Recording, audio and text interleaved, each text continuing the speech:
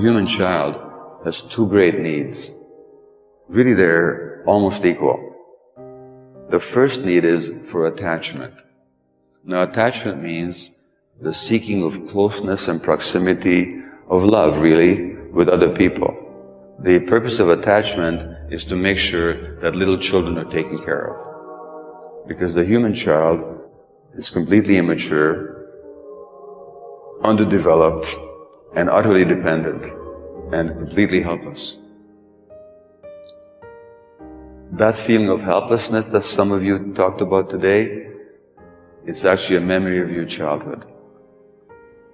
Because the only time that you're really totally helpless is when you're a small child. You really are helpless. In other words, you're powerless to help yourself. You need help from the outside. And compare us even to a horse. You know, a horse can run the first day of life. We can't do that for a year and a half. So we're born much more immature and much more dependent than any other creature. So therefore, our need to attach, to connect with somebody who will take care of us, is absolutely life essential. Without that, we don't survive. And we need that connection throughout our development, and we need that connection throughout our lives. So all our lives, we want to be attached to other people. We want to be loved, we want to feel loved, we want to be loved. That's a biological drive for attachment. So that's our big need, because human beings would not have survived, not just their infancy, but as a species we wouldn't have survived because nature was so harsh and threatening and difficult to extract living from, that human beings never would have evolved except because they were connected to one another and supported one another. They lived in groups and communities that looked after each the other. This is our nature. There's actually this myth in this society that human beings are competitive and aggressive and selfish and individualistic. It's not how it is. We're actually wired to be connected. So that's our nature as human beings, so that's how we survive. So we're wired to attach, to be taken care of, to take care of others. That's how we're wired. In the case of the child is not wired to take care of others. He or she is programmed to be taken care of because she's so helpless. So we have that need to attach for the sake of survival. And then we have another need. And that other need is for authenticity, to be ourselves. And that means to be in touch with ourselves, to be in touch with our gut feelings, to be in touch with our emotions, and to be able to express them. That's what it means to be authentic. Authentic simply means to know who you are here and to be able to express it. Now, so many of us lose our capacity, or we dull our capacity to be authentic. But that's a big need that we have. Why is authenticity a big need for human beings? Because again, without that we don't survive. At least during evolution, we wouldn't have survived. Because faced with the dangers of nature, you have to be truly in touch with yourself in order to survive. It wasn't so much the thinking that helped us survive, it was being in touch with ourselves. The thinking came along later. I mean, think about it. When the caveman is sitting outside his lair, enjoying the sunset, along comes the saber-toothed tiger. Now the caveman is sitting there watching the sunset, all of a sudden sees the saber-toothed tiger. If he starts thinking about it, I wonder, is this tiger friendly or is it hungry? Is he coming towards me to make friends, or is he coming because he wants to have dinner? By the time he figures it out, he's dinner. He's got to be in touch with his feelings, and his feelings are telling him, danger, you better hide. So not being authentic is not to be in touch with ourselves. So that's a big need, to be authentic. And you all have that need, we all have that need, and when we don't retain our connection with our authenticity, we suffer. And you all know this. So why do we give it up? We give it up if we have to. And why do we have to? Because in this society particularly, we have to give up our authenticity very often to maintain our attachments. So that if a child is sad, but the parents can't handle sadness because it threatens them too much, then the child will suppress the sadness and always be cheerful and nice. We're supposed to be happy. Well, if you're supposed to be happy in order to be accepted by your parents, then you will suppress your sadness. And you won't be in touch with it. You're always one of these cheerful, nice people who get cancer 50 years later.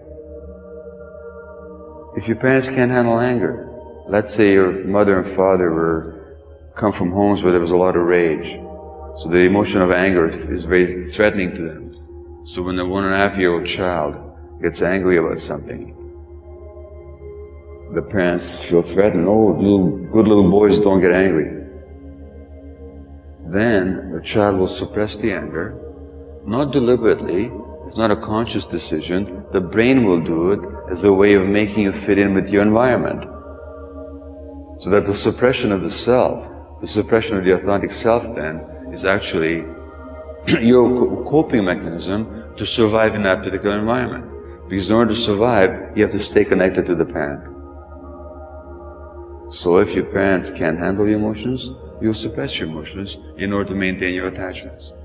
So that's what happens, is that in the battle between authenticity and attachment wins every time. And then becomes programmed into you. So then 25 years later, your friends want to do something that you don't want to do. But if you say you don't want to do it, they're not going to be your friends. And you're still going to say, okay, not consciously, but you're going to say, well, I can't lose the attachment, so I'm going to have to go along with what they want. I can't be authentic. I can't express how I feel about it, because then I won't be accepted. And then later on, you do this thing, whatever they want to do. Maybe all it is, they want to go out drinking on a Saturday night. You didn't feel like that. But you do it anyway, because you want to be accepted by them. And then Sunday morning with your hangover, you're wondering, what the heck did I do that for? Well, you did it because you suppressed your authenticity in order to maintain your attachments. And you did that because you were programmed that way as a kid. It's not your fault. It's not your fault. It's automatic. It's automatic behavior. So I gave the example last night of my visiting my mother in a nursing home when she was about 78 and I was 54. And I had surgery that morning on one of my knees, just minor surgery, so I had a bit of a limp. My mother was in a nursing home because she had a genetic disease called muscular dystrophy, which meant she couldn't move anymore and she could barely feed herself, but mentally she was totally with it. And I had a limp because of that surgery. But when I get to her room in a nursing home, my limp disappears and I walk perfectly normally, and I walk perfectly normally out of her room until I shut the door behind me. I didn't want her to worry about me, right? I didn't want her to see my pain. But again, here's the deal. My mother, being 78, had experienced a lot.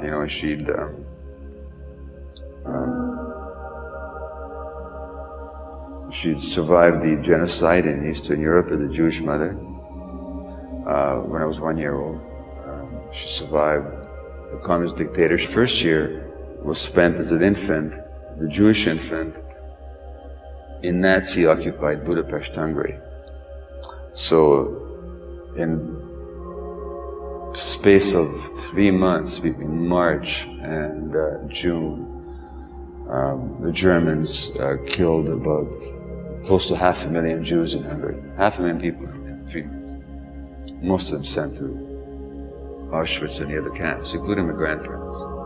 As a matter of fact, who was a police captain in Hungary in 1944, because at age 97 he was arrested for participating in the genocide. So my mother survived all that, but the point is that in that first year of my life, with a mother who was very stressed and very depressed and very terrorized, I learned very early that she was already so burdened that if I wanted to maintain my relationship with her, I mustn't add to her stress. So I learned as an infant to suppress my pain, not to cry too much. So I remember being a 5-year-old, a 6 or 7-year-old, having severe ear pain due to an ear infection, a lot of pain. I'm lying there at night, not crying, just whimpering to myself, waiting till the morning to tell my parents that I ended up having surgery for my ears. But it was programmed into me in my first year of life that I must protect my mother from my pain. Now, that's what showed up 54 years later when I'm walking down the hall of that nursing home. Now, of course, it's very stressful to be always suppressing your pain and not to be asking for help when you need it. That's very stressful, but that's how I lived my life, because that was my programming. I wasn't born like that. No baby's born like that. Babies, when they're in pain, they scream. That's authentic.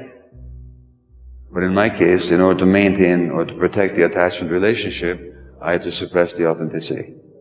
So this is how it happens. It happens early in life. It happens in response to the environment. The implication is that then we become people who are always helping, who are always taking on the tasks, who are afraid of disappointing other people or our own expectations, who don't express our needs, who don't ask for help when we need it, and who don't say no. And that means we take on all this stuff, including the pain and trauma of others, and we make it into our own problem. Because that's what we were programmed as children, is to take on our parents' problems as our own. Just like